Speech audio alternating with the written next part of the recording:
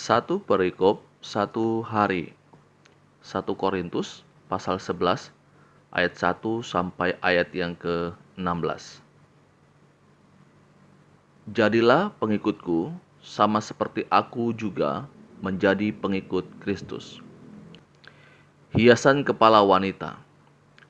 Aku harus memuji kamu, sebab dalam segala sesuatu kamu tetap mengingat akan aku dan teguh berpegang pada ajaran yang kuteruskan kepadamu. Tetapi aku mau supaya kamu mengetahui hal ini, yaitu kepala dari tiap laki-laki ialah Kristus, kepala dari perempuan ialah laki-laki, dan kepala dari Kristus ialah Allah. Tiap-tiap laki-laki yang berdoa atau bernubuat dengan kepala yang bertudung menghina kepalanya. Tetapi tiap-tiap perempuan yang berdoa atau bernubuat dengan kepala yang tidak bertudung menghina kepalanya, sebab ia sama dengan perempuan yang dicukur rambutnya. Sebab jika perempuan tidak mau menudungi kepalanya, maka haruslah ia juga menggunting rambutnya. Tetapi jika bagi perempuan adalah penghinaan bahwa rambutnya digunting atau dicukur, maka haruslah ia menudungi kepalanya. Sebab laki-laki tidak perlu menudungi kepalanya, ia menyinarkan gambaran dan kemuliaan Allah, tetapi perempuan menyinarkan kemuliaan laki-laki. Sebab laki-laki tidak berasal dari perempuan, tetapi perempuan berasal dari laki-laki. Dan laki-laki tidak diciptakan karena perempuan, tetapi perempuan diciptakan karena laki-laki. Sebab itu, perempuan harus memakai tanda wibawa di kepalanya oleh karena para malaikat. Namun demikian, dalam Tuhan tidak ada perempuan tanpa laki-laki, dan tidak ada laki-laki tanpa perempuan. Sebab sama seperti perempuan berasal dari laki-laki, demikian pula laki-laki dilahirkan oleh perempuan. Dan segala sesuatu berasal dari Allah. Pertimbangkanlah sendiri, patutkah perempuan berdoa kepada Allah dengan kepala yang tidak bertudung? Bukankah alam sendiri menyatakan kepadamu bahwa adalah kehinaan bagi laki-laki jika ia berambut panjang, tetapi bahwa adalah kehormatan bagi perempuan jika ia berambut panjang? Sebab rambut diberikan kepada perempuan untuk menjadi penudung. Tetapi jika ada orang yang mau membantah, kami maupun jemaat-jemaat Allah tidak mempunyai kebiasaan yang demikian. Saudaraku yang dikasihi oleh Tuhan Yesus Kristus, dalam bagian firman Tuhan ini, masalah yang disoroti oleh Paulus adalah wanita yang tidak memakai tudung kepala pada saat mereka berdoa dan bernubuat dalam ibadah. Kalau kita perhatikan persoalan ini, sepertinya bukan sesuatu yang prinsip, hanya persoalan cara berpakaian dalam pertemuan jemaat. Padahal dalam bagian firman Tuhan yang lain diajarkan bahwa dalam ibadah itu yang menjadi esensinya bukan pada penampilan, bukan pada cara berpakaian, bukan liturgi, melainkan pada hati. Ya, tapi mengapa dalam bagian firman Tuhan ini Paulus mengharuskan seorang wanita untuk memakai tudung dalam ibadah?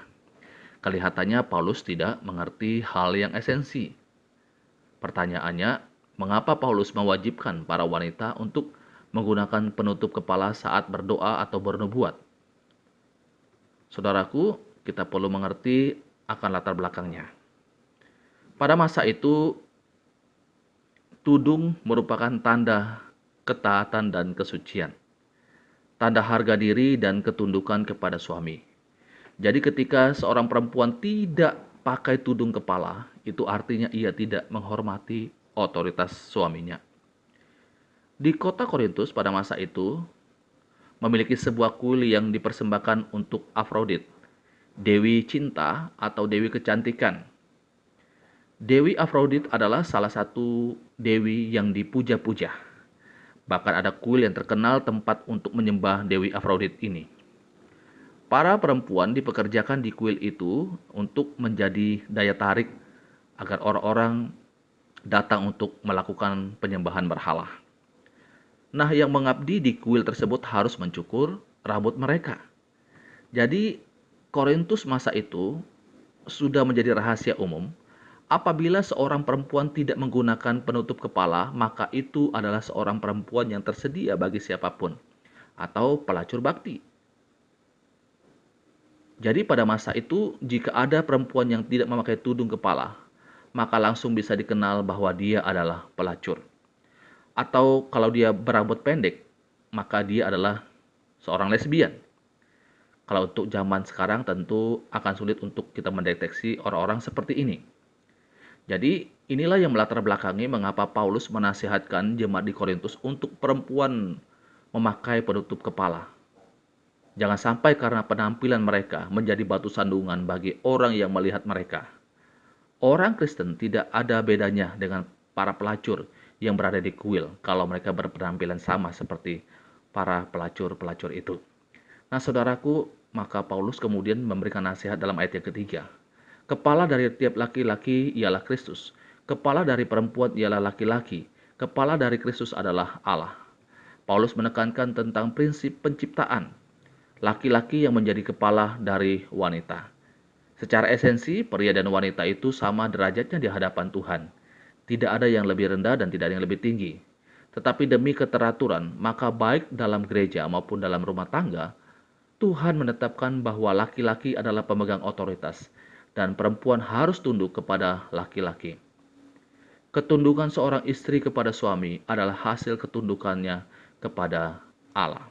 Saudaraku yang dikasihi oleh Tuhan Yesus Kristus, dari firman Tuhan ini, apa yang dapat kita pelajari? Dari konteks budaya, tentu kita berbeda dengan jemaat di Korintus. Masa kini, wanita sudah tidak memakai tudung kepala lagi sebagai lambang ketaatan. Sebagian besar masyarakat modern, ya pakai sal,